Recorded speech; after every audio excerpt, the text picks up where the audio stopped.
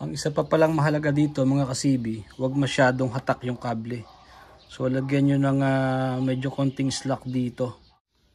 Meron tayong bagong smarter cable, USB-C to Lightning. Yan, 1.5 meters mga brother. Haba. Kabit natin ngayon kay CB650.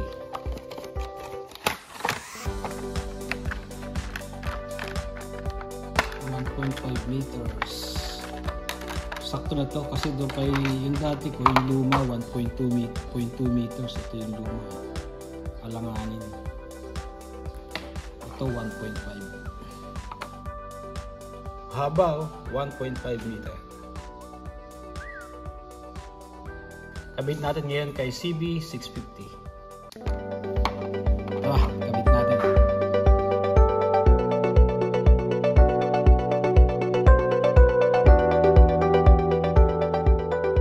So para natin may kabit to, kailangan natin tanggalin itong ating of course seat cover. So dalawang kilang to, dalawang screw. So using yung ating Allen key, naka-ready na yan. Tatanggalin natin to. And then ang balak natin, dito natin papagapangin yung kable dito sa gilid na to, para kung sakali na magkaroon ng problema, hindi na natin tatanggalin or babaklasin yung tangke. So gigilid lang natin dito. So yun ang gagawin natin. Tara, umpisa na natin.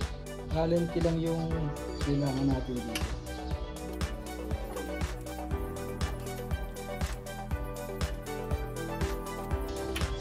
Kapag hindi ka mahilig mangulikot, siyempre papagawa mo pa to. Pero simpleng DIY lang ito mga kasibi. So dito ilalagay yung connector. Just in case you are not familiar, so dito type C yung output connector ni CB. So nailagay na natin ito, type C. And then sabi ko nga, dito natin siya pagagapangin sa gilid.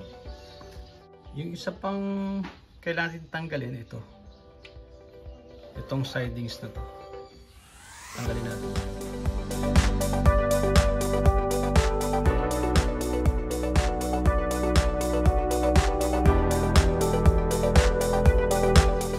Alright, so from the USB output, connect natin dyan, dito natin pinalakad. Tapos meron na tayong cable tie dito, cable strap. Ayan. So makukuberan niya ng siding dito, and then nilalim lang natin dito sa gilid ng gas tank. So dito na siya ngayon. So mahaba pa. So, pwede yung pang ilagay dun sa tank bag para kung sakaling meron ko i-charge. Pwede pa siya doon kasi mahaba pa yung litaw ng ating connector.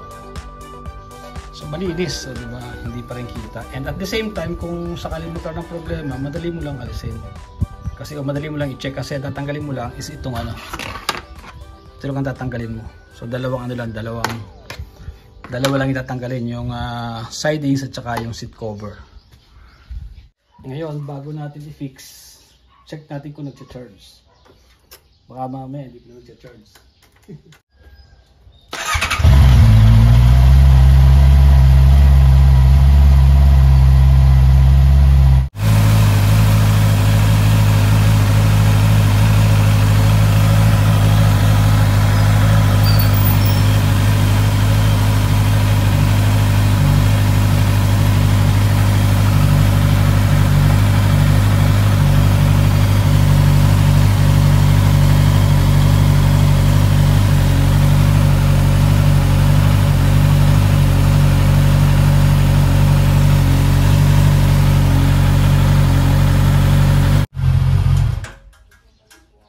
Alright, so nag-charge naman, kaya pwede na natin i-fix o ibalik yung cover.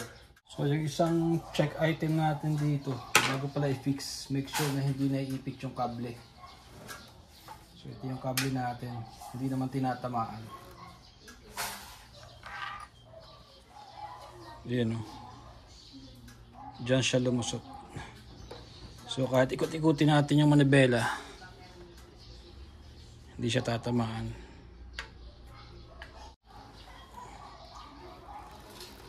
Okay. Safe yung kable natin. Pwede na natin i-fix.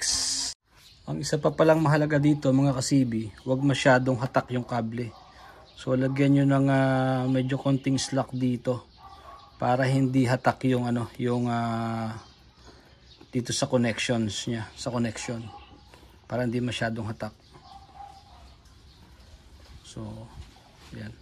So ang kagandahan nito, since na 1.5 meter cable to, so meron kang enough na length para hindi masyadong stretch yung kable natin. So makita nyo yan, medyo ayan hindi hatak. So hindi siya basta-basta masisira. And then meron tayong cable strap dito. So yan yung isa sa stopper natin and protection. Dumaan dun sa ilalim. Ayan, at mahaba pa nga. Try natin yung tank bag. Maganda rito sa cable na to dahil mahaba siya. Ayan, kung meron kang tank bag, pwede mo na siyang ilusot dito sa kanyang butas. Ayun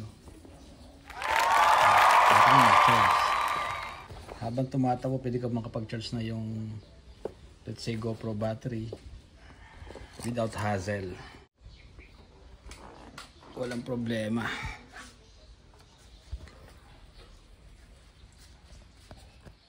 Yun.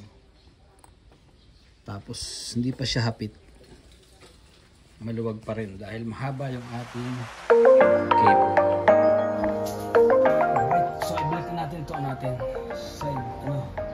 side cover.